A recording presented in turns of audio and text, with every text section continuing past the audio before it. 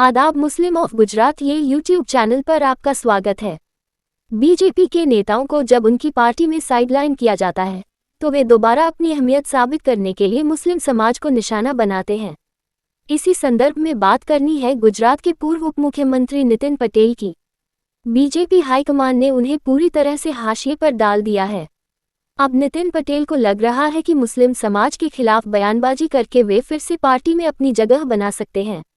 इसी मानसिकता के तहत नितिन पटेल ने महेसाना में आपत्तिजनक बयान देकर अपनी संकीर्ण सोच का परिचय दिया। उनके इस बयान का जवाब गुजरात कांग्रेस के नेता ग्यासुद्दीन शेख ने दिया है। ग्यासुद्दीन शेख ने नितिन पटेल से मांग की है कि वे मुस्लिम समाज के खिलाफ दिए गए जहरीले बयान पर राज्य की जनता से माफी मांगें। इसके अलावा सनातन संत समिति के अध्यक्ष और महान संत ज्योतिनाथ बापू ने भी नितिन पटेल के बयान की आलोचना की है। उन्होंने इसे अंग्रेजों की कूटनीति से जोड़ते हुए सद्भावना और शांति का संदेश दिया। पहले देखिए गुजरात कांग्रेस के नेता ग्यासुद्दीन शेख का ट्वीट जिससे उन्होंने नितिन पटेल को जवाब दिया है। आगे है नितिन पटेल क्या बोले थे और नितिन पटेल को क्या बोले संत ज्योतिनाथ महाराज। देखिए पूरा वीडियो। मुसलमानों जे अत्याचार कर्या ए भूलवाना नथी। हजू पण तमे जुओ रही અને મુસલમાનોનું ભૂત ગમે ત્યાં ધૂણે છે। આપણા અનેક મંદિરો પછી ઉત્તર પ્રદેશમાં હોય કે બીજા બધા હોય મુસલમાનોએ તોડી કબજા લઈ અને મસ્જિદો બનાવી દીધી છે। એ બધું ધીમે ધીમે અત્યારે આપણા મુખ્યમંત્રી યોગી આદિત્યનાથજી જે કામ કરી રહ્યા છે એ તમે જુઓ છો એ બધું પાછું આવશે, પણ આપણો સહકાર આપવાનો, આપણે જોયા નહીં કરવાનું। આપણી જરૂર પડે ત્યારે એમાં મદદ કરવાની, એટલે બધું જરૂર થવાનું છે। આ જુઓ તમે ઔરંગઝેબનું પાછું ભૂત એ ધૂણ્યું છે। હવે મહારાષ્ટ્રમાં મરાઠાઓ પણ આનો કોઈ ઉપાય કરશે।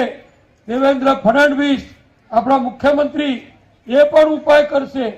એટલે ભૂતકાળના જે કલંક, આપણે કોઈનો વિરોધ નથી, पर जे लोकोए अपना ऊपर अत्याचार कर्यो, अपनी बहन दीकरीओ ने आबरू लूटी, अपनी दीकरीओ ने उपाड़ी जाई धर्मांतर कराई, फरजियात लग्न कर्या, ये जे काळो कलंक रूप जे भूतकाळ छे ए बीजो एक मुद्दो जागृत करवो पड़े जेथी कौमी वैमनस्य फैलायेलुं रहे अने अंग्रेजोनी जे नीति छे भागला पाडो ने राज करो ते सक्सेस रहे एटला माटे भागला पाडवामां आवे छे અને ભાગલા વ્યવસ્થિત આયોજનપૂર્વક કરવામાં આવે એટલે કોઈ મુદ્દો ન રહેતા ઔરંગઝેબને ઊભા કર્યા છે કબરમાંથી।